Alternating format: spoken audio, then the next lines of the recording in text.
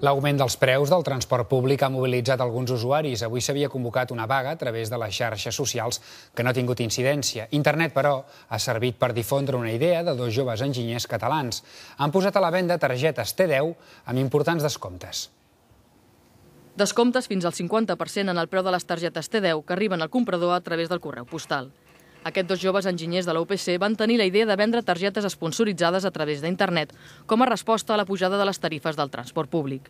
Nosaltres sobre el bitllet no fem cap mena de modificació perquè entenem que això sí que no toca, diguéssim, i l'únic que fem és incloure, junt amb el mateix sobre el canvi amb el bitllet, incloem un missatge promocional de qui és l'empresa que està fent aquest patrocini.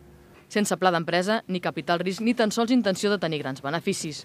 Promobilletes.com és una idea més d'aquests dos emprenedors que, des que van començar la carrera ja fa 10 anys, han compaginat els estudis amb la creació de projectes. Estem treballant des de fa temps en molts diferents projectes i els proposem a la gent a veure què tanta bona o mala acollida tenen i aquest de llarg ha sigut el que més acceptació ha tingut. Han pagat de la seva butxaca el primer lot de prova de targetes promocionades per comprovar l'acceptació de la idea.